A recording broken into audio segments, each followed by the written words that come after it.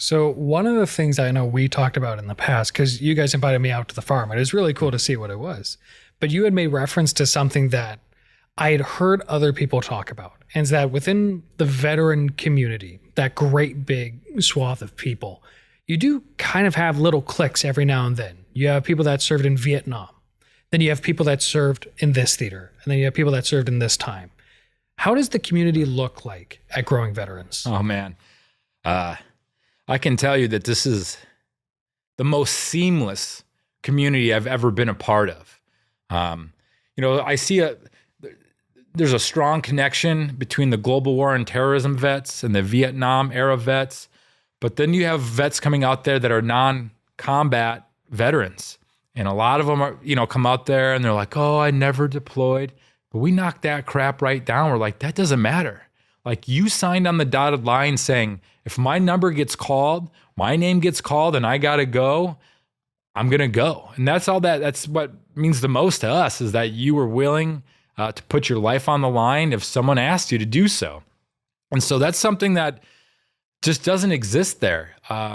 It's not like, oh, you got your Marine veterans, you got your Army veterans, you got your Air Force veterans or something like that, and they all kind of have their pockets of people or something. It's seamless. And it's such a beautiful thing, because everywhere I've been outside of the military, like, has those cliques. And it's just like, well, why? We're all coworkers, we're all part of the same community. And it just doesn't exist out there, because we're all out there, to find community and to improve the quality of our lives. And so when you're really focused just on the people and, helping them grow and heal as a person, as a veteran, the other details are insignificant. Mm-hmm. So can you walk us through, like, how does Growing Veterans compare to other veteran societies? Like, does that community cohesion, is that really the biggest standout quality? I think so. Absolutely. I've been on my high horse recently saying that everything you need to heal, emotionally and socially, can be found in a healthy, cohesive community. When you have a community that's split, whether it's due to religion or politics or whatever, current event can be thrown down to divide a community. It's just not there. And I don't know if it's if it's coming from the mission and vision that we have, if we're on sacred ground out there or something, but I don't know. It's like nothing I've ever experienced before.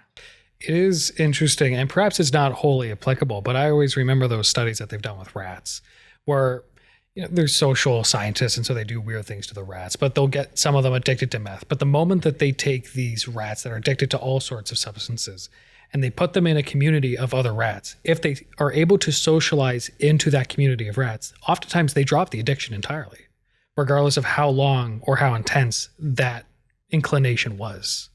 Oh, absolutely.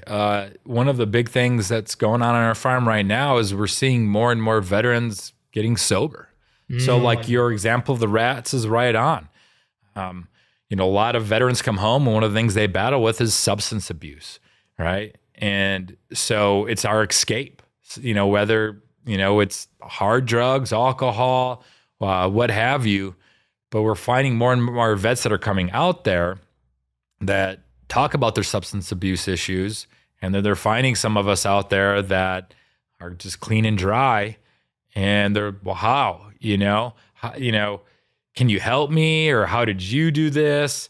And so we're trying to build those support systems out there to help some veterans. And we have some veterans that have completely changed their entire lives by just putting the bottle down, by putting the needle down, by putting the pill down, whatever their vice is, or getting it out, or helping them get it out of their hands.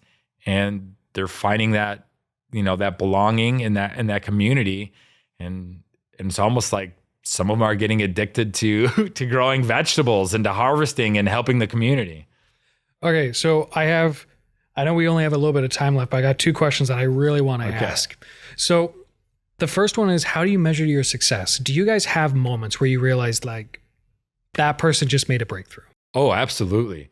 I think there's probably 3 people in the last 6, 7 months, within the last year, maybe, 3 people that we probably have saved their lives. And they have said it straight to us. I don't think I'd be here if you guys weren't here. And so, I mean, that's the ultimate, I think, trophy of success is we're saving veterans' lives, right? 22 plus veterans are dying by suicide every day. So any life that we can save, and there's probably some people who were headed down that path that haven't said anything.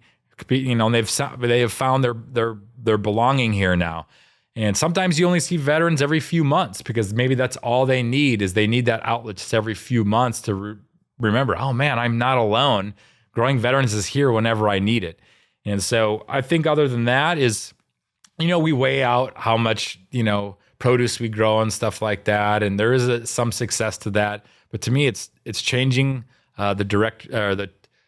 changing the trajectory of veterans' lives.